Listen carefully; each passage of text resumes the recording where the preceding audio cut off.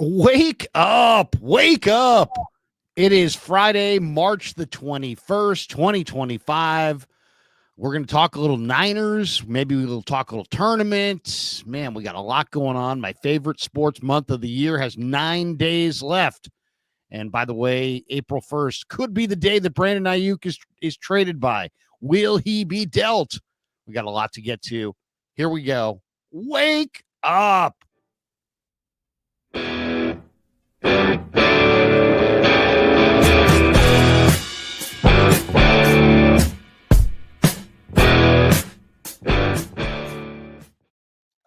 Friday, March 21st. And Larry, you're right. It's one of the great times in the entire sports year. Not only do we have the tournament, we've got the Masters not too far away. Baseball's going to be starting. And the fuel of football's offseason with all rumors and getting closer to draft season, like it never ends, man. This is a really, really fun time in sports. Hopefully the Warriors stay pointed in the right direction. The people's pelvis will be monitored very closely. Steph Curry got keistered last night. Hopefully that tailbone is okay. But yeah, this is a hell of a time of the year.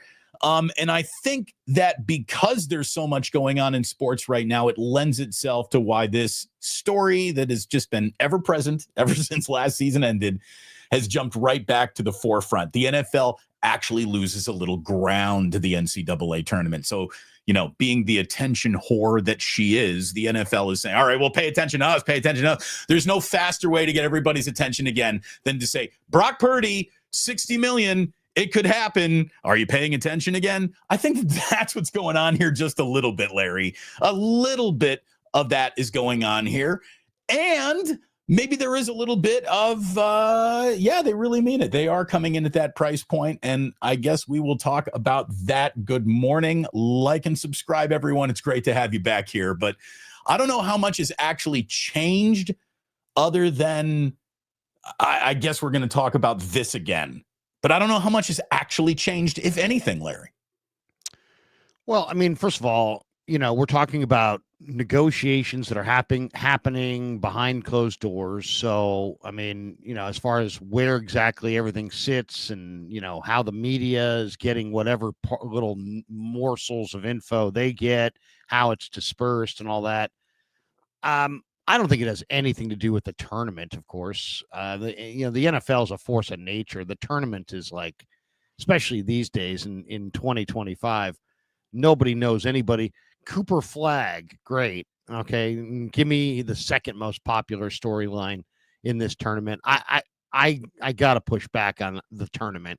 I think the NFL is still very much at first, second, third, fourth, and fifth on the list. But what's happening here are the storm clouds are starting to form, and it looks very, very ominous. The Niners have had a quiet offseason. They've seen a lot of players walk away, hardly anybody of note walk in. It's obvious they're doing a financial reset. They've admitted as much. John Lynch sounds like he's got the weight of the world on his shoulders because he's getting kind of snarky about, well, we've got this thing called the draft. Yeah, well, there's also this thing like 15 needs, and there's no way you could fill all 15 of those fucking needs in the draft. So, I mean, got a plan, Larry. That was my favorite headline. John Lynch has a plan. Oh, well, I hope so. That's good. Well, I mean, the plan better be double the greatest draft in 49er history, or what are we talking about? You have 15 needs. And it's like, I've already seen like little indications that they've kind of minimized some of their needs. They could not run the ball inside the 5-yard line at the end of the year. They stopped even trying to run the ball. They're bringing back the same running back, the same fullback, and it looks like the same center.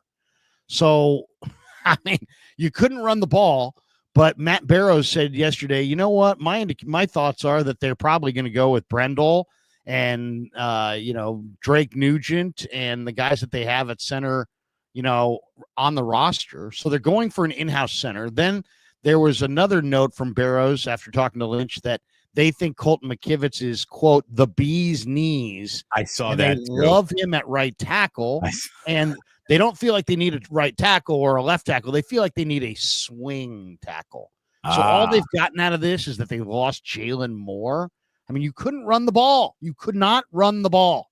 So your running backs, there was no room to run at all. You couldn't run between the tackles.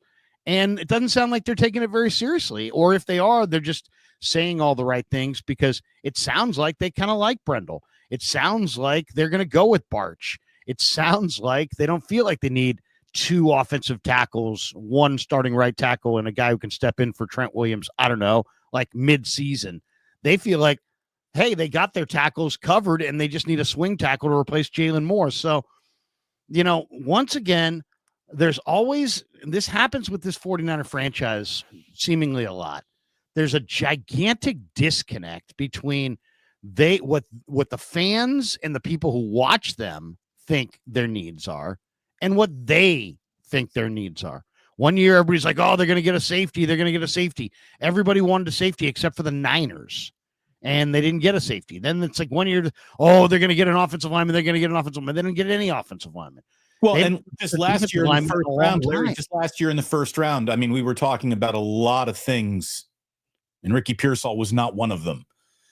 We thought they were going to go defensive line, offensive line, some help somewhere other than wide receiver. But sure enough, it was wide receiver after all. So what the Niners do and what we think they need to do have been different things for sure. Now, here's the thing. Like, if it is Drake Nugent and Drake Nugent comes in and does the job at center, that's fantastic. But what has happened in this offseason where he wasn't a viable replacement at any point in time last season? Has he had that good of an offseason? Are you telling me that that's in the cards? Because this is a guy that I thought, Brendel's play should have had them just exploring something else at the center position if they had something else to explore, but they never did. And like you said, Forrester would go on and on and on about how this guy was, he's an all-pro or Pro Bowler, several years removed from that. I think that the Niners do get a little high on their own supply. Well, I mean, just look at this whole thing, though. I mean, it's not just that. That's one angle, right? The O-line. But, I mean, you supposedly Brock Purdy is your guy, and yet, the word out of your camp is that you're planning to be ruthless in negotiations. Now you have Garafolo basically saying that Brock wants record-setting money and on his end. So it sounds like we're headed for a holdout and an ugly knockdown, drag out. The Niners are trying to show that they're tough in negotiations with the one guy that they probably need to get signed. And then in the midst of this, they are downplaying their offensive line needs, despite the fact that they need to build the fortress around the franchise quarterback that they love. And then they're getting rid of his weapons. I mean, it's like Kittle's old, McCaffrey's old, Juice is old. They're all back. And you're probably going to lose Debo and Aiyuk. And so Brock Purdy behind the same line with lesser receivers is going to be better. Why? Because he's making more money. I mean, it's just, it doesn't sound like a good plan. I mean, we've got a plan. We're going to execute it. Okay. What's the plan? You have 15 needs and you have 11 picks. This should be a great plan. What is it? Let's hear this plan. Right. Trading back obviously has to be a part of it. It has to be. Otherwise you're not going to fill your needs. But if you're going to live in denial about your needs, hey, you know what? We don't need a receiver. We have Tariq Owens. We don't need a tight end. We just signed Luke Farrell. We don't need a running back. CMC's told us he feels pretty good. We don't need a center. Jake Brendel 5 years ago was a Pro Bowl alternate. We don't need a right tackle. We think Colt McKivitz is damn good. We got bee's knees. We got bee's knees over at right tackle. So I mean, if you have this stupid pie in the sky, and I am calling it stupid because I think it's stupid. I think it's a stupid plan to try to do everything in the draft, and it's like I want a little transparency here. I want a little be real. Let's be real here. And let's everybody be straight shooters.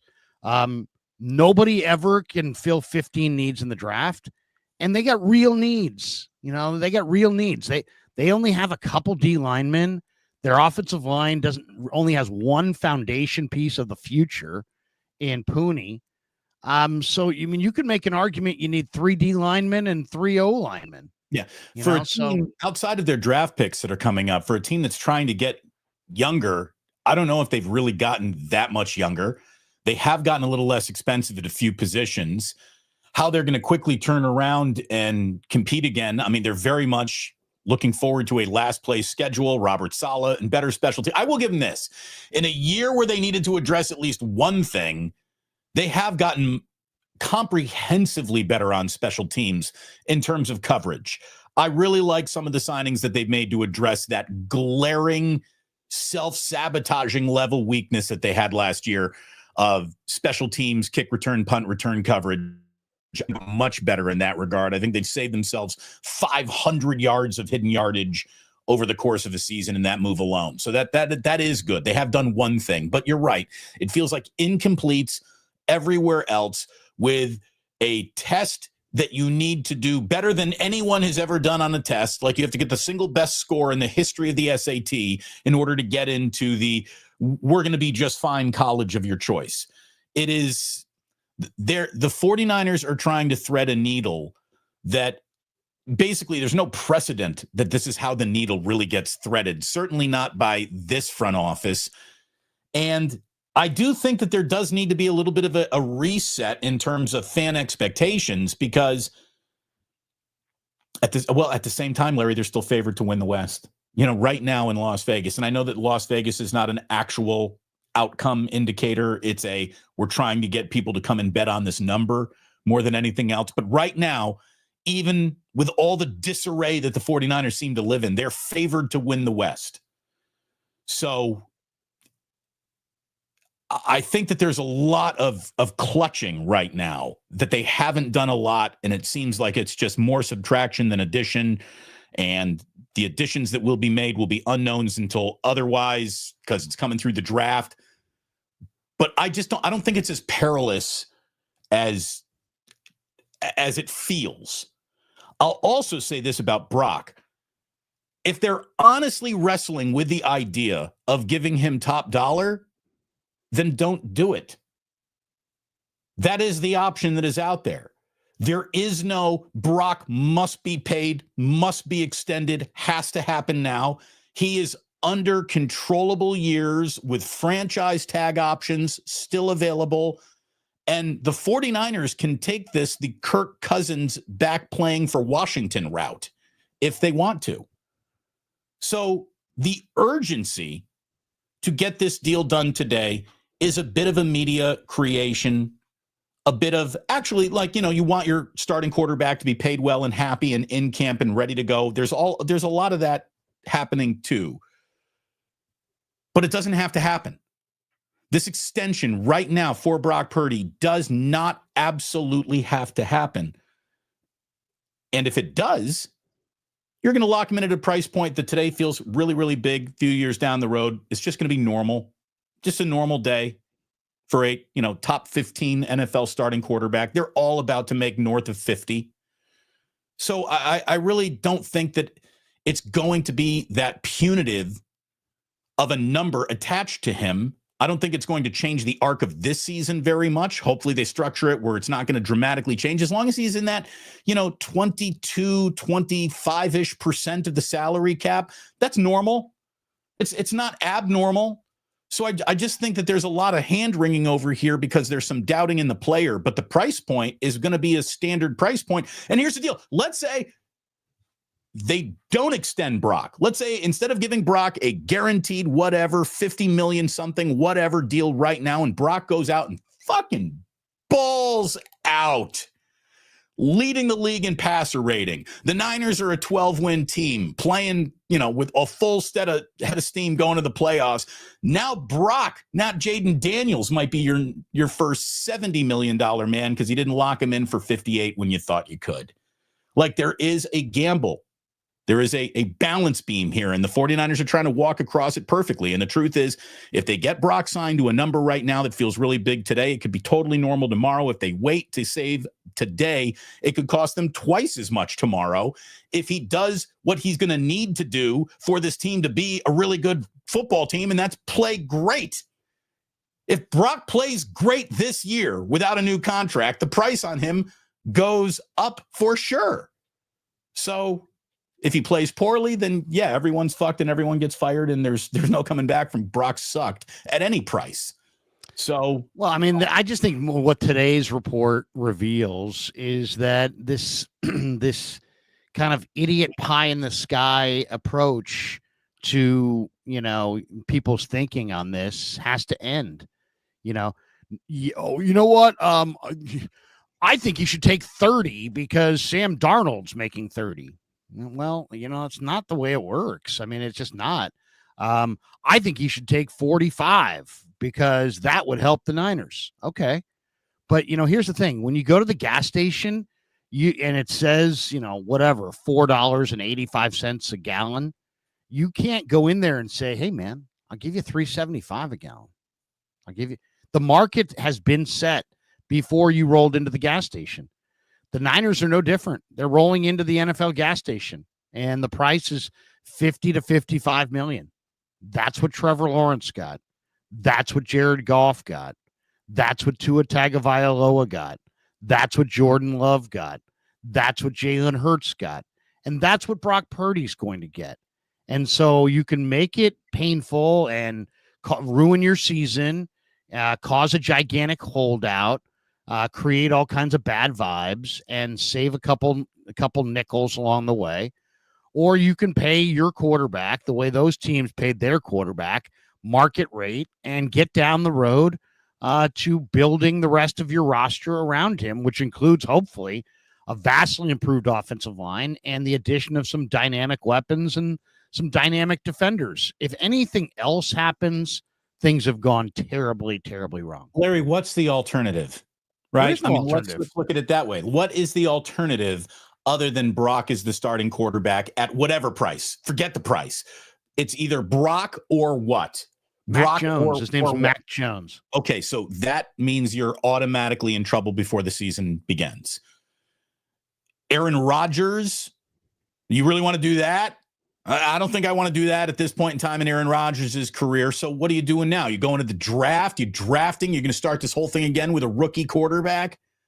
If you think that is the path out of this, I mean, there's not a lot of there right now for the Niners. There isn't. The roster. I mean, we can talk about the Niners, this and that, the Niners.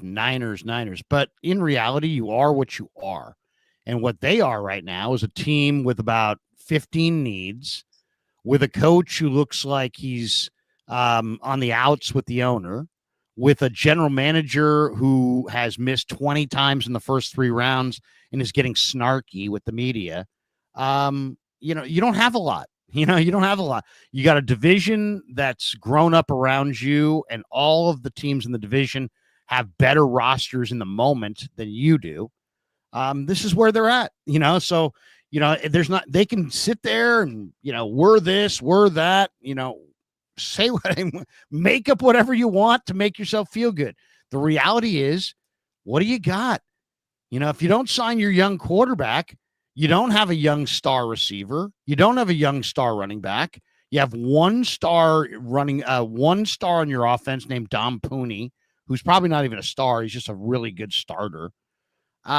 So you've got older stars and Pooney on offense. You have not much on your D line. You don't have much at linebacker. You got some young some young secondary players that are pretty good. I mean, the thing is, a memory at this point.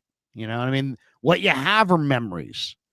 What you don't have is you don't have a quarterback under contract. You don't have an offensive line. You don't have a defensive line. You don't have a linebacking core. You don't have a backup running back to step in for your 2 Achilles tendonitis running back. It's like, what are we talking about? You just said about Debo. Aiyuk's either going to be traded or he's either gone in a trade, which I think is almost a lock, or he's going to be out for half the year. You're hitting the financial reset this year. You've said you're going to be ruthless in negotiations. Now you're finding out that your quarterback ain't taking $45 million a year and wants a real contract because he's got a real agent and they want a real deal. So, all right, this should be a surprise. And Larry, so here's what you better prepare for, right? If you're the 49ers and you're really saying, all right, what are our options here? Your options are pay Brock a number that you might not like, or you better be on the phone with Tennessee and the New York Giants right now talking about picks. Right? What's that going to do for you? No, I mean, you're signing Brock or trading Brock. Well, I mean, what's the other option? I mean, it's like, everybody's going to be either signed or traded, right? I mean, you're either going with them or you're not. No, but I'm saying they say they are going with him. No, you either are bringing back this player and trying to continue as sort of currently constructed, or you are full-fledged, huge rebuild. We're looking for a new quarterback. We are really restarting this bad boy. I mean, that's it. Yeah, but there is no. I mean, talk about the bad timing. I mean, there is no draft quarterback that they can be like, you know what? We're not going to pay Brock. Let's go with Shedeur Sanders. Right. So really? I mean, that's the thing. Really going to do that? They should have gotten this deal done a week ago. It sounds like it's costing them more money this week than it might have last week, doesn't it? Doesn't it? I mean, it just feels like the 49ers have twiddled their thumbs on something that they've come out and supported so publicly. And if they're now privately wavering on their real evaluation of Brock Purdy, like if they're still wrestling with the idea of whether or not this guy is a franchise quarterback, they are, they're bad at evaluation.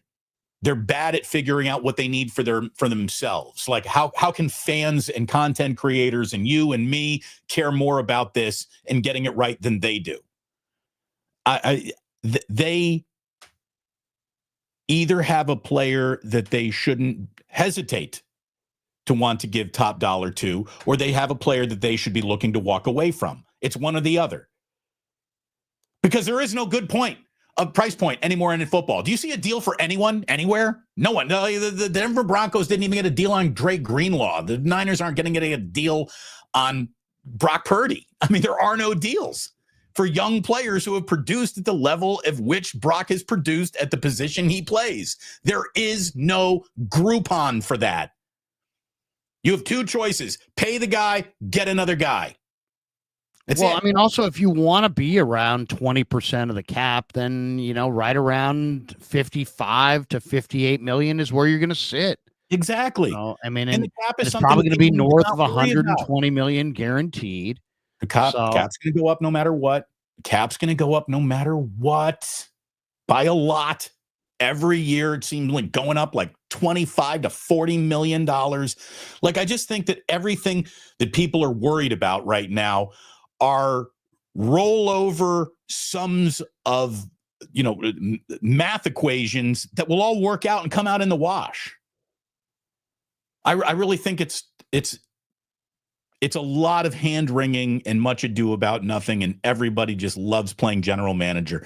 Brock Purdy, do you like the guy? Do you think he plays well? Do you like his demeanor? Do you like his leadership? Do his teammates react well to him? Does his coach like him? If the answer is yes to all those questions, then what the fuck? Sign him. It's done. What are you doing?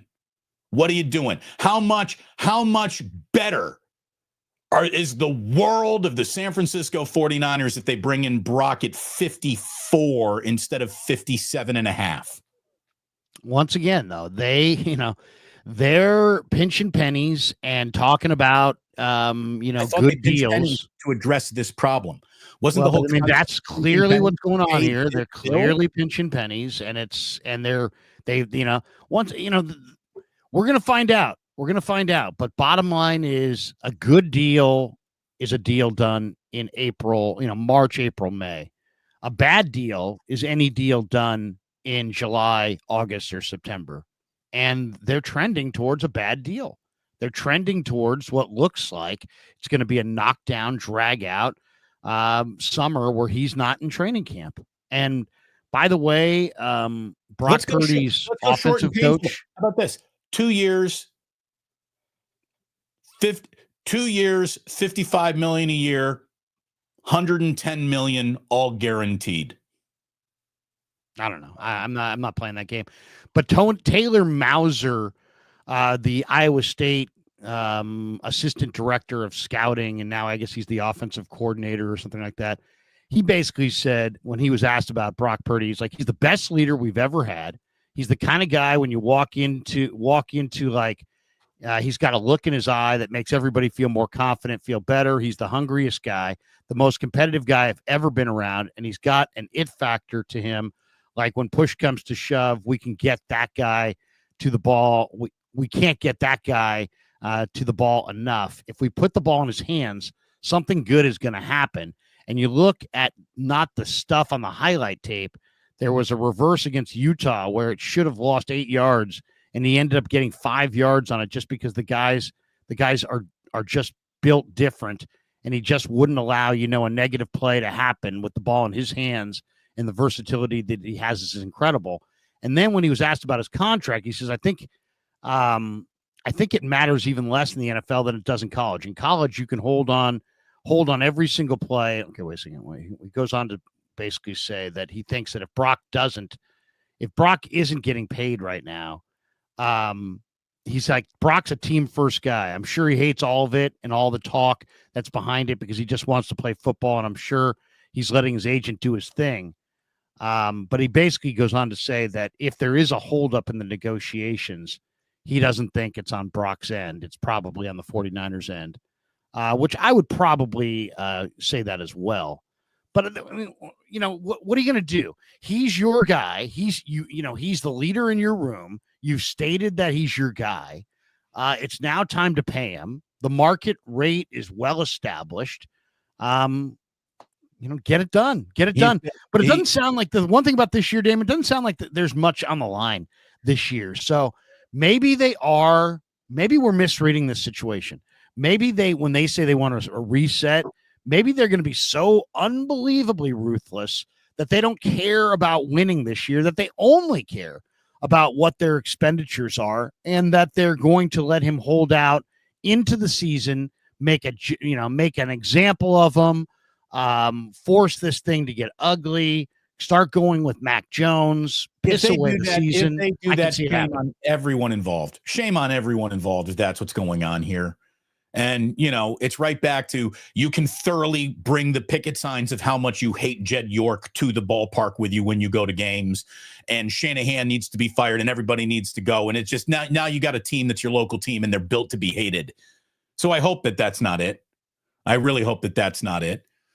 But again, there's people who look at something and don't even know what they're looking at. And we have yet another example of that. We have Surf Bone says, Bruce, you see Brock throw a ball over 10 yards since his elbow boo-boo? All right, you dickhead. How about this? Here's somebody who's got a near perfect passing grade on downfield passes of 20 yards or more. He is among football's best downfield passers in the game. So again, I got to talk football with you?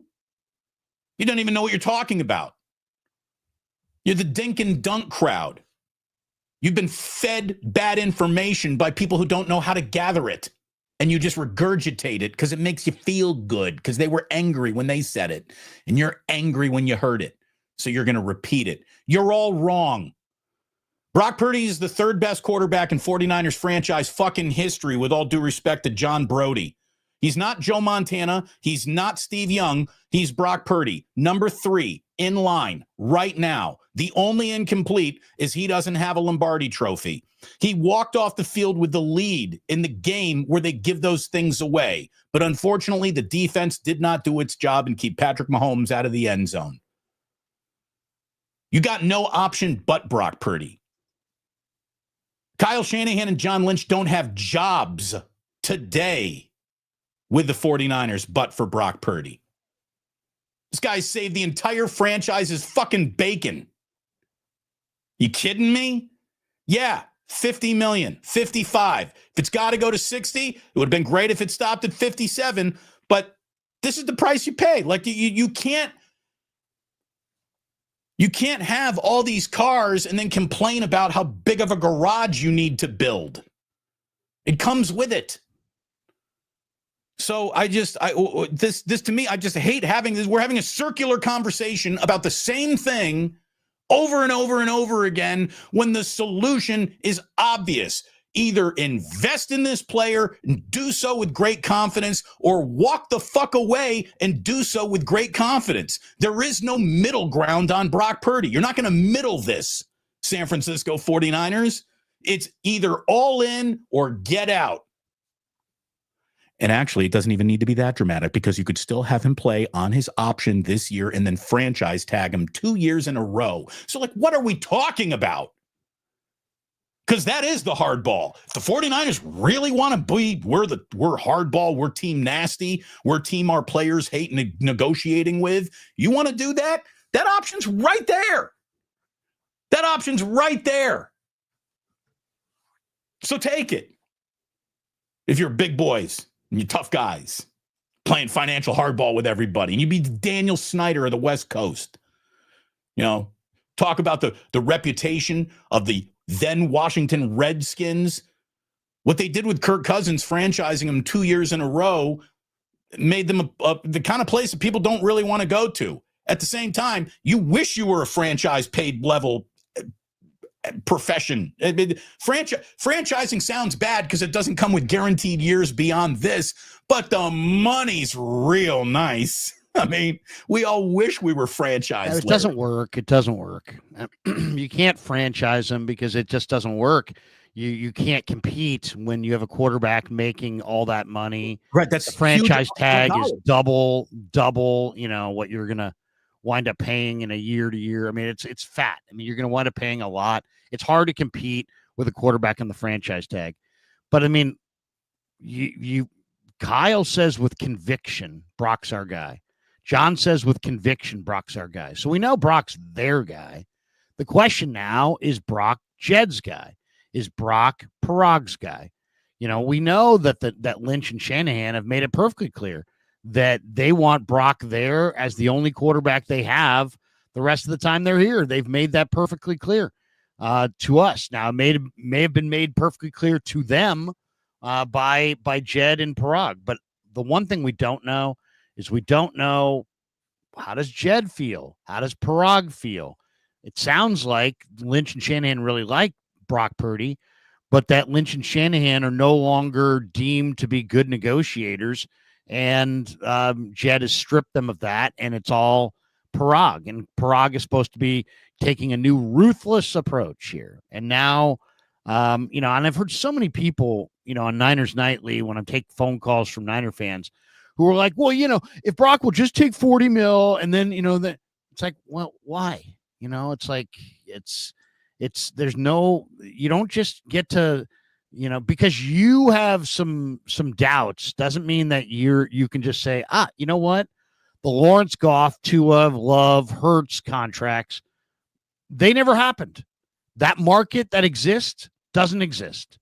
So, I mean, if that's the Niners' approach, that they're going to deny the market that exists and try to find some loophole to pay their guy less than market value, then that's not just ruthless, that's idiotic, and they're going to sink their season based on it. And it sounds like it's kind of an important season for Lynch and Shanahan. So, do you really want to sink an important season for Lynch and Shanahan? That's the other thing about this year that's a little frustrating, is that you get the sense that while the 49ers let a lot of good players walk out and didn't get a lot of good players coming back, that they're going to try to drop this little nugget on us. Like, hey, man, nothing's changed. Nothing's changed. And what does that even mean? Nothing's changed. You have tons of good players that you used to have that you don't have. You haven't replaced any of them. They've all walked away. You signed some special teamers and some cheap backups for $100 million less than the guy, or $300 million less than what walked out the door. And then what, you're going to come back in some soundbite when somebody asks you, what is your guys' plan? and you're going to get kind of snarky and be like, hey, man, there's this thing called the draft. It's like, we know there's a draft, but nobody's ever in the history of the draft landed 15, players that were good in one draft, and that's what you need. Right. You don't need guys who eventually develop to become starters. You need 9 Dominic Pooney day one ready to play players, and that's never happened. Well, you can kind of see they're already starting to delude themselves. It's like, hey, we don't need 2 offensive tackles. We have Trent and we have McKivitz. Yeah, but Larry, maybe what's Trent's going on here, McKivitz is not great. We talked about this, either earlier this week or last week. What is the single most represented college among the pool of players? Undrafted. I mean, maybe they really think that they're going to fill out their roster with undrafted free agents, and that's, the new money ball that they're going to be able to play. And maybe that's right. fine. And that's fine. Maybe but right. I mean, maybe they're right. But if they don't win with undrafted players, are Lynch and Shanahan out? Well, here's a question from Jared Thomas saying, Damon, the haters say Brock Purdy has 0 leverage because Jimmy G took this team to the Super Bowl. Some believe that Mac Jones could do something similar. Well, I guarantee you that there is an almost near circle-like perfect Venn diagram of people who think that, but also say that Kyle Shanahan sucks. So which is it? Do you really think that no matter what quarterback Kyle Shanahan touches, you have a player that can take a team to the Super Bowl? If he does, I guess it's time to stop saying that he sucks at this, right? So what you're saying is the quarterback is such a replaceable part because our head coach is such a fucking genius that what? He should then, I'm sure the same people who are complaining about all of that complain about Kyle just as much. Which is it? You can't have both. Either Kyle is the best coach in all of football or Brock Purdy is a player that you need to stick around with. I think the truth is somewhere in the middle, right? I think you need that player and that coach together. The two of them have had an awful lot of success together. Brock Purdy's not the only quarterback Kyle Shanahan's ever had success with, but it's the most consistent success that he's had here in San Francisco. All the Kyle talk is, everybody needs to park the Kyle talk. I mean, come on. Is Kyle a good coach? Yes. He's not. He doesn't walk on water. And if you don't believe me, go look at the first 2 years of the Shanahan-Lynch regime. They didn't win dick. And Kyle Shanahan was the coach. Well, they had tons of motivation. I mean, they full roster flush. They didn't win. They didn't win, and he was the coach. So this idea that he's some genius, it's not about that. It's about players. Kyle and John, were they bad? Were they a bad regime in the first 2 years, or did they have bad players? They had bad players. Okay, so then they built up their players. Then all of a sudden they're a good regime, and he's a good coach, and he's a good GM. But now here we are. It's, you lost a bunch of talent. You had 3 lean years of drafting, and now you don't have talent anymore. Now you're no longer a great GM. Now you're no longer a genius coach. So it's not about the coaching. It's about the players. It's pro sports. It's not about Kyle Shanahan is some magic worker or walks on water. That's all just garbage. It's about talent. They didn't have it in 2017, 2018. They didn't win. They got more by 2019. They did win. They've had loaded rosters. They've taken their shots at the Super Bowl. They've never been able to get it done. Now some of those players have been moved on, and now it's time for them to rebuild. Now, I'm a draft guy, so I actually think there is. I know there is a combination of picks and undrafted players that they could sign that will be available to them that could enable them to compete for a Super Bowl this year. But the odds of them landing it are probably about 5%. So, this is a team that, did they draft Brock Purdy? Yes. Did they draft Dom Pooney? Yes. Have they hit on some picks? Yeah, but they've also missed. They're also 10 times on the third round.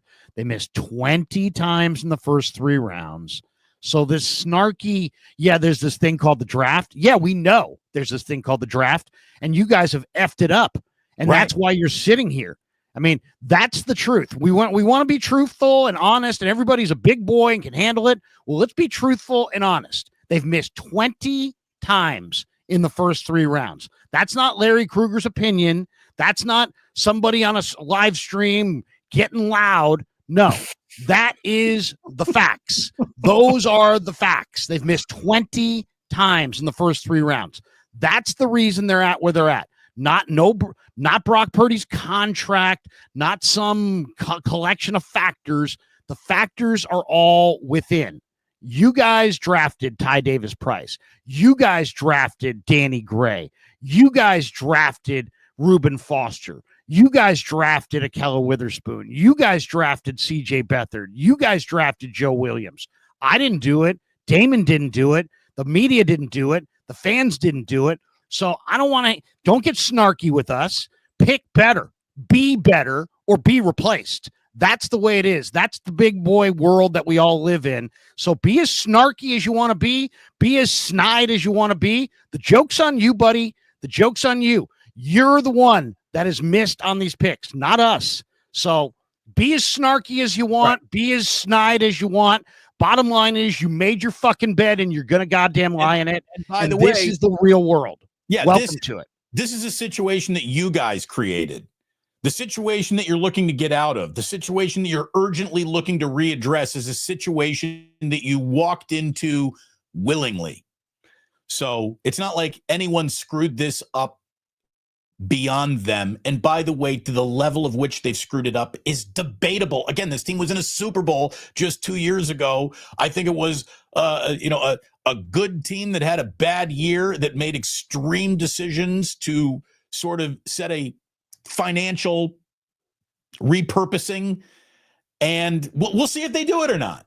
We'll see if they do it or not. If you're telling me that this whole thing ends with the Niners missing the playoffs, but Jed York having enough money to maybe buy the Tampa Bay Rays, fuck them. You know what I mean? Like, if this is about money to further the York empire, it's gross. I mean, just the value of the 49ers has to go up with this Boston Celtics being sold for 6.1. If the Celtics are worth $6 billion, the Niners have to be worth about 12. Good God. I mean, the thing that is so aggravating is that I think the Niner ownership is so screwed up as far as their thinking on this. They just think that if you spend, you should win. Everybody spends. If you draft, you should win. It's like everybody drafts. You have to be better than all these other teams. You don't just, so they act like, oh, you know what? John and Kyle came to us and said, we wanted extra money for Javon Hargrave. I spent the money. Now I deserve a championship. No, it's not the way it works. You're taking a shot. You believe in these guys. They're giving you their opinion. You got to listen to your people. But now Jed's pushing back. And while they're pushing back, they're buying international soccer teams. And the optics look bad. They really look bad. It looks like they've deprioritized the 49ers in their, cachet of sports franchises. And, the old saying, Damon, a little bit of knowledge is a dangerous fucking thing. And that's what Jed and Parag have. They have a little bit of knowledge. They don't have, do they know football? No. Do they know personnel? No. Right. Can they draft players to make this a championship team? No. Hey, look, a little bit of knowledge. He went to the championship game, so don't tell Jed York he doesn't know football, Larry. He went to Notre Dame. He thinks he knows everything about football. They have a little bit of knowledge. Makes them dangerous. Right. Makes them really dangerous. And now it's like, we're going to tell our regime that, the spending doesn't go on forever. Okay, fine. That's great. That's awesome. Well, look at it this way. Let's see how it goes. Let's see how it works for you. You picked a funny time to stop spending, because spending is pretty much the new fashion. So much so that even the Cincinnati Bengals are doing it. The Cincinnati Bengals are spending money. We're going to try to moneyball our way through this. That's pretty much left the room as an option. You got to spend a huge amount of money on an NFL team now. It's obvious. Look at it. Let me just look at it. Look at this offseason alone. How many billions of dollars have been handed out in just a handful of days to players? The players that you didn't want, guys like Malik Collins and Hargrave and Floyd, got signed for more money than they were making for you within an hour of you cutting them. So it's not like, oh my God, you're leading the way and everybody's following your lead. No, they're not. They're taking your players and they're paying them, and you're signing free agents that are special teamers who make no money. And now you've got all this heavy lifting to do in the draft.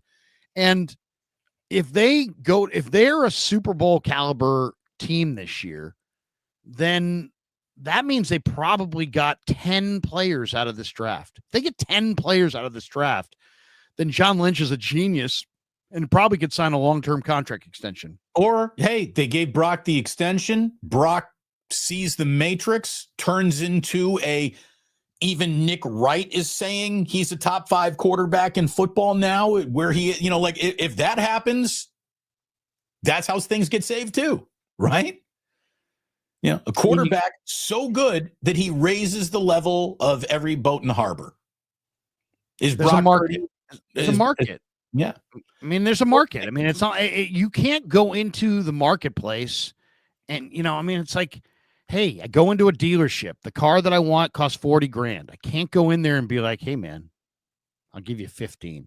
Right. Well, then you're out of, then the answer is no. I mean, so there's a brand new house that just went on for sale in my neighborhood.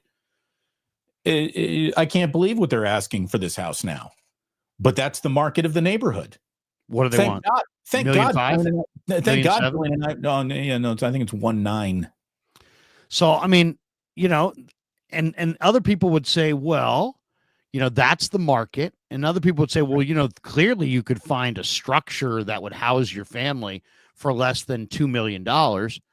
Well, yeah, we could, but it wouldn't be in the same neighborhood, and we wouldn't be able to have the same kind of life and have a certain amount of space that we need. Amount of bathrooms or the garage or the yard or the things that would come with it. And, you're actually in Daly City now. You're not really in San Francisco anymore. And, the market dictates what's about to happen. And because of owners who have behaved like drunken sailors on shore leave, Jerry Jones and what he paid to Dak. And remember, Jerry got painted into the corner to give Dak that money because he didn't give Dak an extension early. And then you got the Haslams and the worst contract in the history of the league in Deshaun Watson sort of screwing things up. And now the Haslams have come back and reset the market of defensive ends being elite, making $40 million. I mean, other NFL owners should hate bad NFL owners who give out bad NFL contracts to less than players. Not that Myles Garrett's a less than player, but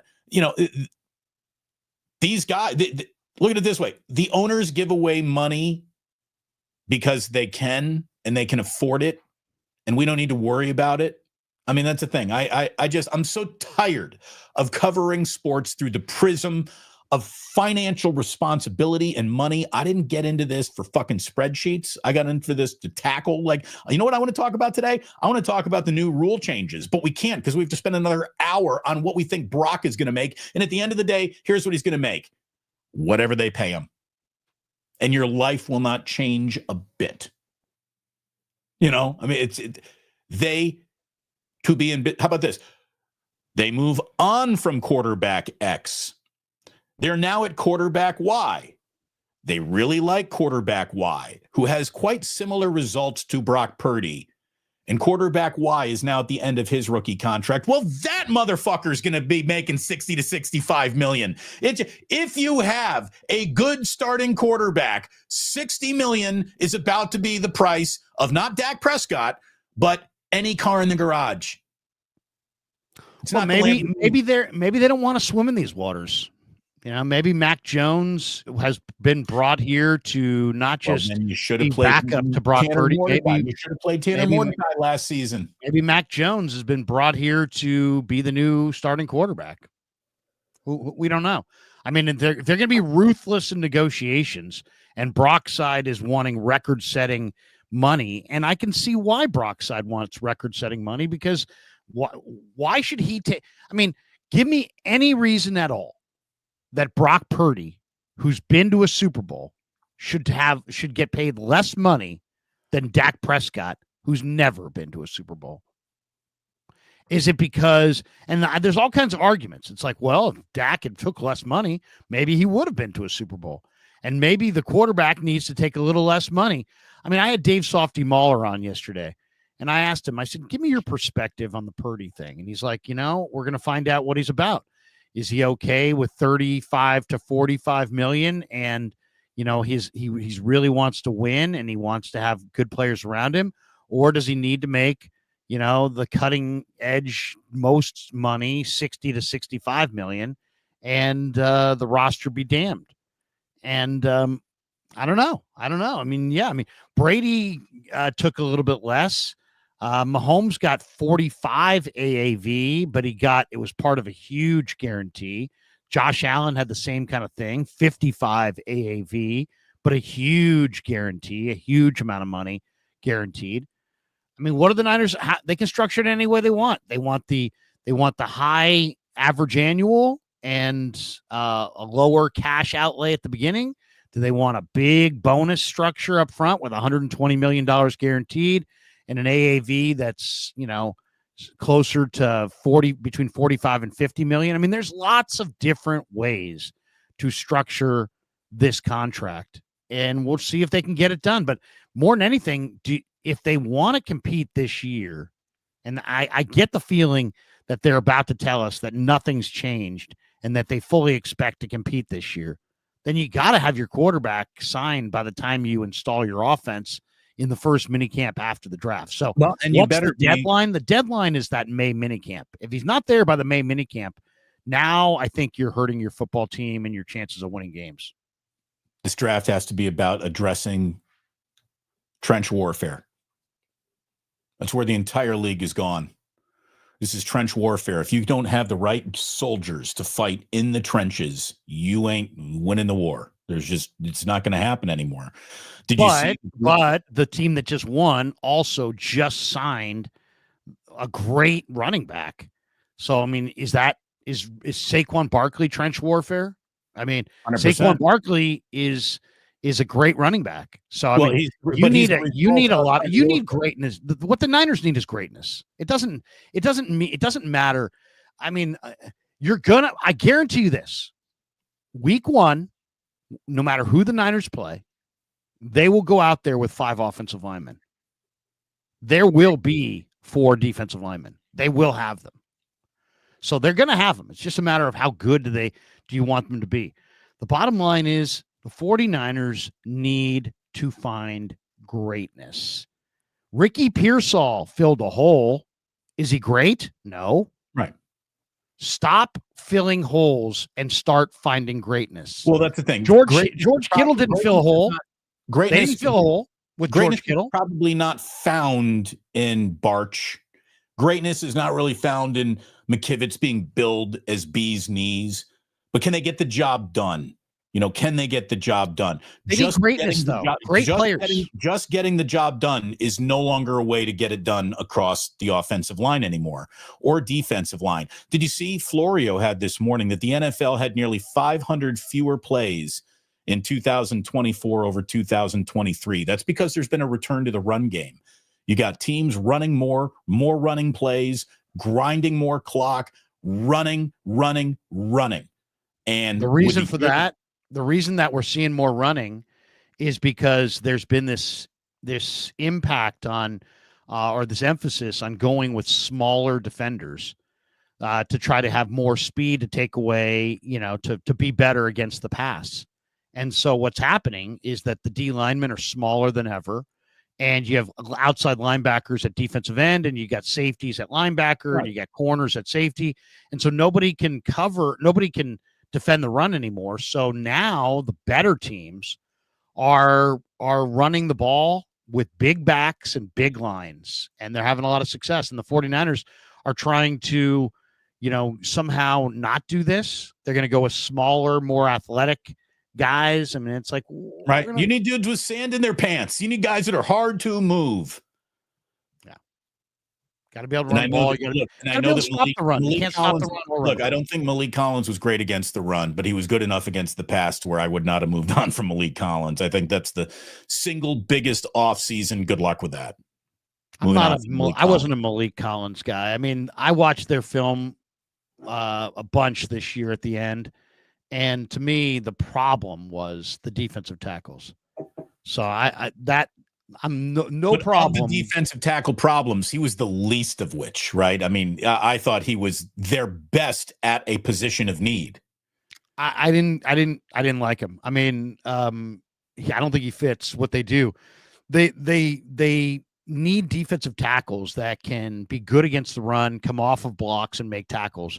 And he just didn't. He didn't. So they would set the edge. They would force it back inside. There was nobody there. Greenlaw, Campbell, their interior defensive tackles, they didn't make any plays. So they got to get new defensive tackles and a ton of speed. If they add two new defensive tackles and a bunch of speed, I think that's their ticket to success on that side of the ball. And we're going to find out, Robert Saleh, I think, is going to have a big hand in rebuilding this defense, because I think did he know what he was walking into? He may have, he may not have, but either way, I think they're going to give him the keys to the kingdom. As far as, Robert, you want Will Johnson from Michigan? You got him. Robert, you want this linebacker? You got him. Robert, you want that D tackle? You got him. I think he is going to have the biggest impact on who they draft and how they rebuild their D. Well, again, I think just on a supply and demand, look, if Membu is there at 11, you better take him. I don't think he's going to be there. I don't think he's going to be there either. And at that point, you want to walk away from offensive line needs because there's a defensive player that you really like. Yeah, let Saleh's voice carry in that room. It's funny, man. Membu is a guy I've seen go as high as 4 or 5 in some mocks. I've seen him as low, I think, as 17 in another. I don't know what to trust anymore. I don't know who to believe on him. I would like to see him in a 49ers uniform. But Florio, Coach Yak just put out this Florio thing. He says Mike Florio mentioned Mac Jones was coming into Santa Clara with the mindset of taking Brock Purdy's job from him. Michael Holley, who covers the Patriots, had this to say about Mac Jones. He is an impressive football mind when he's talking, but when he plays, it's not pretty. He just does things that are head-scratching, and he will drive Kyle Shanahan crazy. He will make him crazy. He's not going to beat out Brock Purdy. So there you go.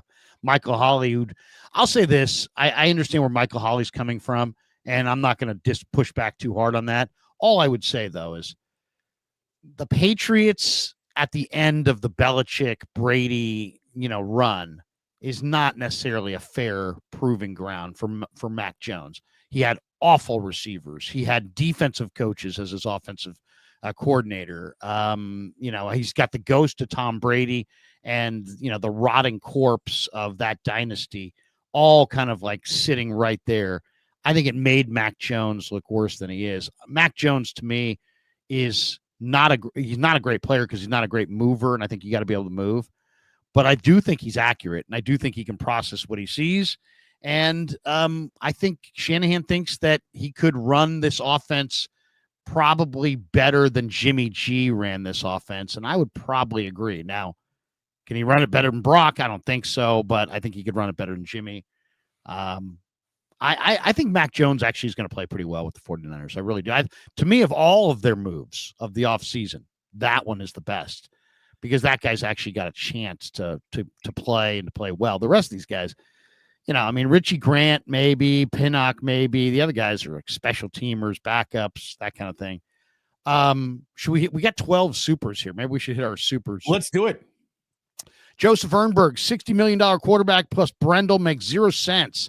Reset this crap. What's that? Is that a TV? What is that? Reset this crap TV. I don't know. Yeah, I don't know. Joe Sullivan, without Brock, Kyle and John would have been fired already. Pay him and move on. Great show, fellas. Thank you, Joe. Yeah, I mean, let's not forget who Brock is. Brock is the reason that you guys have a job. Right.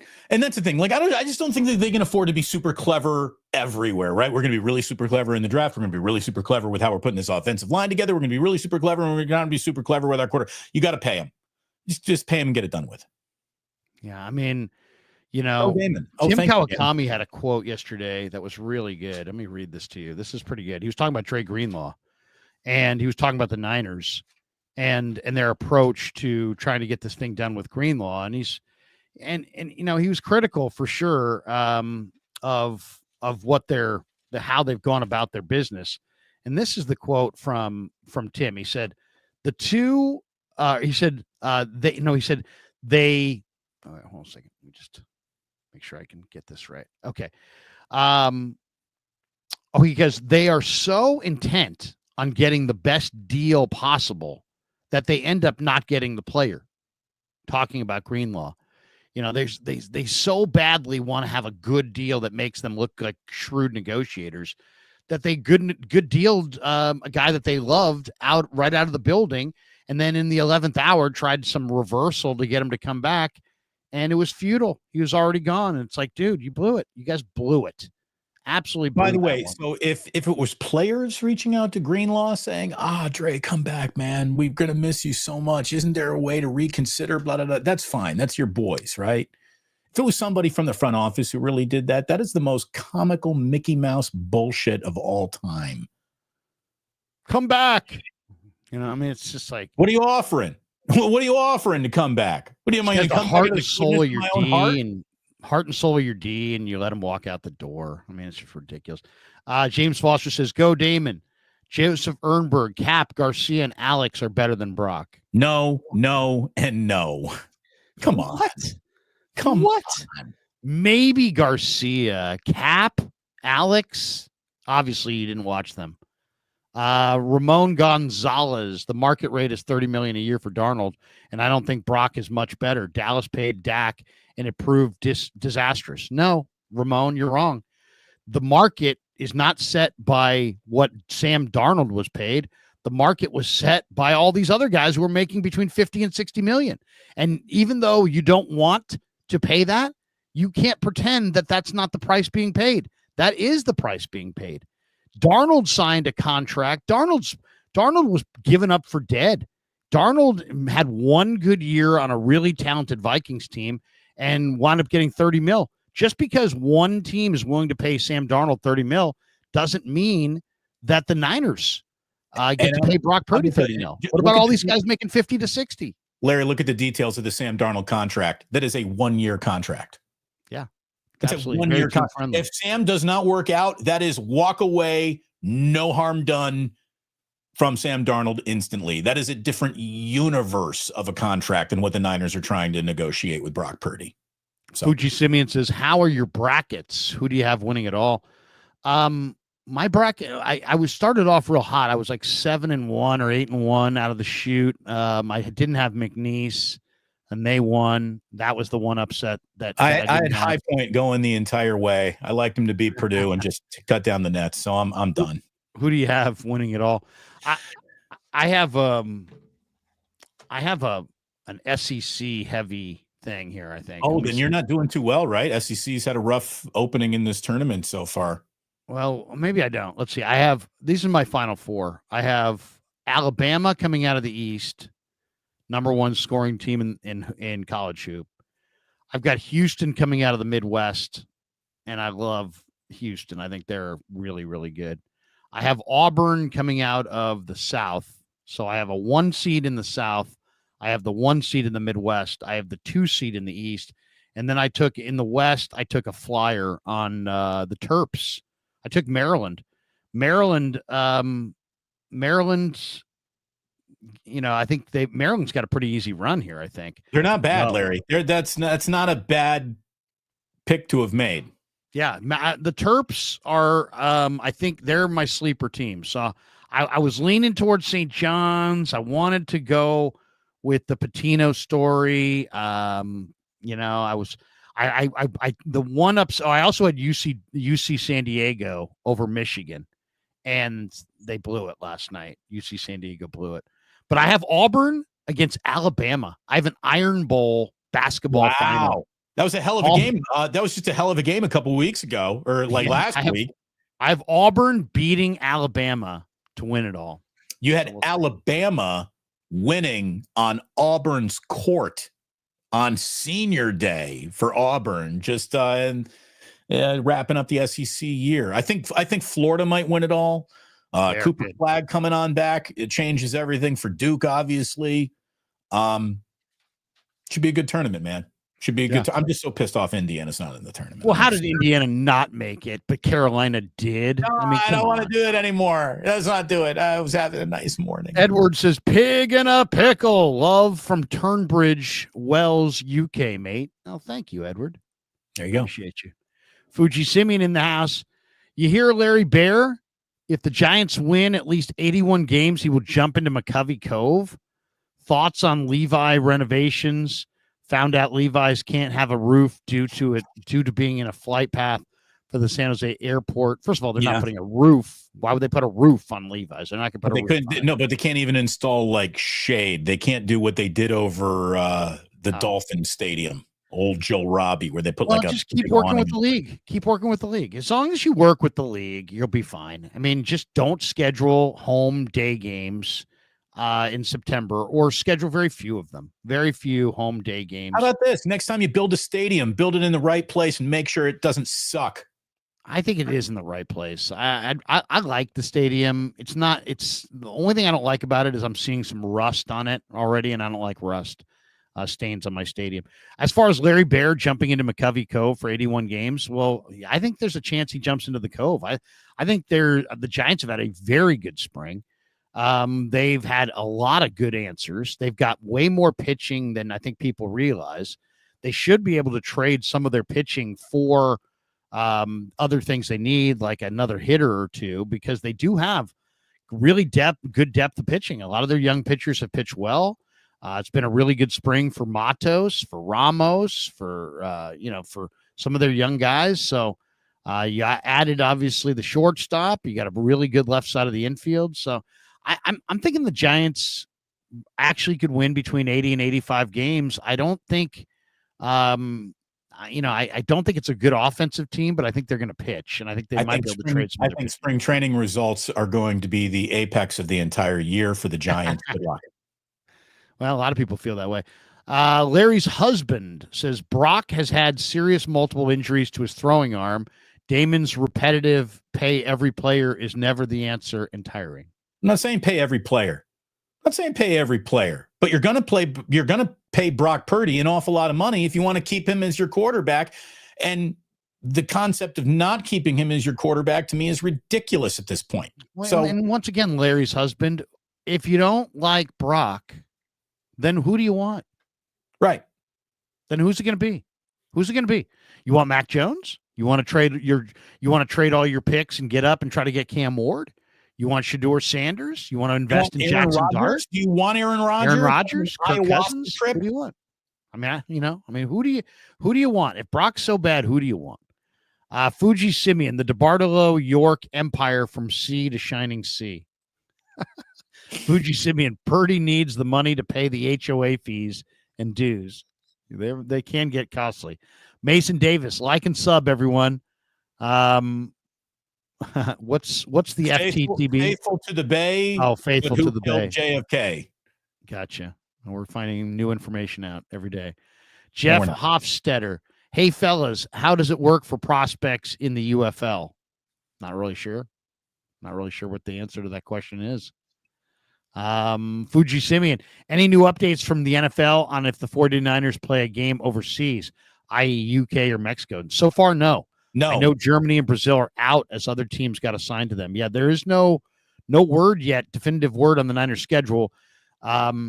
May the schedule comes out. We may find out before then. So there's the Colts. I think the Colts are playing overseas and the Niners are playing in Indianapolis. That might be a game that is overseas. Is that one of the options? And possibly. But I think we will find out before the schedule release if the Niners are going to play in the UK. By the way, a guy named Ray says, is Mexico overseas? For the sake of this conversation, yes. Big Tone 707 says, here's a deuce. Tell the story when you roughed up Jeff Kent. I didn't rough up Jeff Kent. All I did was I put a microphone in Jeff Kent's face when he came back as a member of the Astros in the clubhouse. It was like a Monday, Tuesday, Wednesday series. And so I got into the clubhouse at the Astros early on a Monday, and Kent started holding court.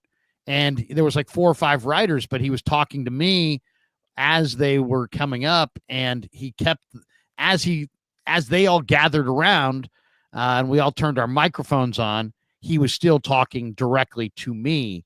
And he's looking right at me, and he's like, enjoy the game more. Enjoy the game. Enjoy the game more. All you guys do. And he's looking right at me. He's like, is bitch about the game. Enjoy the game more. It was such a good drop on K&B. Classic KNBR. That was such a enjoy the game. So I ran it down the hall, and I'm like, give it to Ralph. Give it to Ralph. Because the next statement was like, you people are so dumb to pay the real estate prices here in Northern California. So he says all this stuff. And I walk down the hall, send it back to the radio station, told Ralph and Tolbert, I go, play this stuff on your guys' show. And sure enough, we got some Jeff Kent sound, Tommy. Jeffy's piped in, and Krueg's down there with a mic, and we got some good stuff. Okay, so then all of a sudden it's like, you people are so stupid to pay the prices you pay for real estate. Enjoy the game more. Enjoy the game. So all that stuff, it goes out. Now it's 7:15, first pitch. Now batting in the cleanup spot, Jeff Kent. Boom! It was a cascade of boos, right? Next day, I'm in the clubhouse. He comes up to me. He's like, what the hell, man? What was that? I go, what? And he goes, all that's those sound bites. Did you hear last night? They just booed the hell out of me. I'm like, you said it. He's like, yeah, but I mean, what the hell? You put that on the radio? Like, it was a microphone, Jeff. You said it in front of a microphone. That's what happens. This is not your first rodeo, right? You've been through this. Right. And he grabs me like up like this. I just kind of reciprocate. Now we're like standing in the hallway of the visitors clubhouse up against the wall.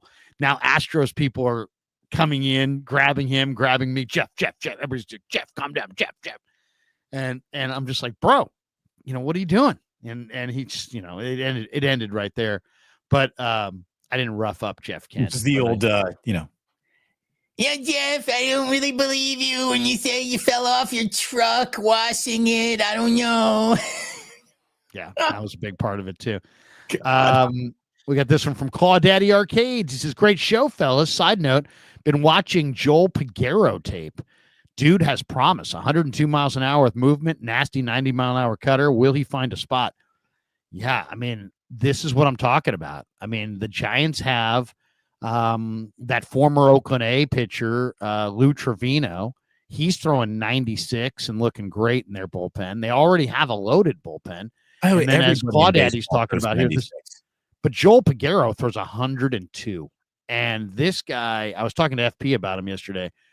This guy's got a nasty cutter, and he's throwing strikes, and he throws 102. I mean, he's only 27. He's not 22, but he might make their pen. And yeah, Claw Daddy Arcades, by the way. Yeah, I mean, I hope he comes north with the team. I really do. And by the way, thanks to Claw Daddy Arcades for sponsoring us in the month of March. Claw Daddy Arcades is a great follow on the IG at Claw_Daddy_Arcades. He's got a location coming in the Bay Area. He's got 3 in Southern Cal. He's got a couple in Central Cal. He's got Fresno, Modesto, 3 in Southern California. He's got a new arcade coming to the Bay Area. So Claw Daddy Arcades, check him out on the IG and find a location near you. Make sure you tell us where they open in the Bay Area when you find out, Larry. I got 2 kids, and arcade sounds like a good place to kill a few hours. Yeah, good family fun and family entertainment. Joe Sullivan says rule changes, Damon? Oh, yeah. Well, there were, so here's the thing. There have been 3 proposed rule changes. One is the ban of the brotherly shove. The other is the Lions saying to eliminate automatic first downs as penalties for defensive holding and illegal contact. I'm cool with I that. like that. The other like is, that. further debate about what should be done in overtime. And the Eagles say that the overtime rules in the postseason should be applied to the regular season as well. And I would agree. There should be uniformity. There shouldn't be a different overtime. I'm the kind of guy who was cool with tie games. Like you go to overtime, and if nobody scores and it's a tie game, that's called football sometimes. And it sucks, but there you go. That's it. Like I was cool with it, but we need conclusion now. I have what I think, Larry, is the best way to settle tie games in the NFL with, won't take a half an hour referee explanation. It allows for field goals to be answered. So your game is not concluding with a, walk-off field goal and the other team doesn't even touch the ball. I think I got it. Larry, tell me if you've ever heard an idea as concise and as good as this to settle overtime in football. Take the time off the clock. So there is no timed overtime can go to infinity. First to 6 Players wins. Union doesn't like that, but go ahead. No. First to 6 wins. 6 points. First to 6. There you go. So if you give up a touchdown, the game's over. You don't get the ball back. That's just you got walk-off touchdown in overtime, and it's over right there. First to 6 wins. 3 safeties. 3 safeties. If you can get 3 safeties, do it. Yeah. No, I like it. I like it. And as far as these other rules are concerned, the automatic first down on the defensive holding, and when you look at what they consider defensive holding, is any kind of a clutch of any kind. It's just not, it's like, and it could be 3rd and 40, and there's like a little bit of a clutch 4 yards down the field or something like that. And all of a sudden it's like up, illegal contact, automatic first down. No. That lends itself to manipulation. You can't have that. You can't have 3rd and 45 be an automatic first down because somebody touched somebody a little bit too long on a pattern where they kind of ran by each other. I mean, you're supposed to be play defense. There has to be it's football. You don't just run by everybody. In this game gives the benefit of the doubt to the offense. This does not have to be automatic first down. If the 5 yards grants you an automatic first down, well then, play careful on defense next time. But I'm no cool. Automatic. I'm cool with the no automatic for defensive holding. I'm good with that. I don't even like defensive holding as a penalty. I mean, I really don't. I would get rid of spot fouls on pass interference as well. I'd go to the college, get 15 yards and a first down. I don't like. You're gonna have guys getting wrapped up then. Here's the thing. So if that's gonna happen, if it happens in the end zone, you get the ball at the 1. It can't happen in the end zone. The end zone has to be sacred turf. But yeah, I mean, if you're just gonna hug dudes down the field, any DB, Damon, that slips down is just gonna grab the player and pull him down, and then you're gonna not have those big passing plays.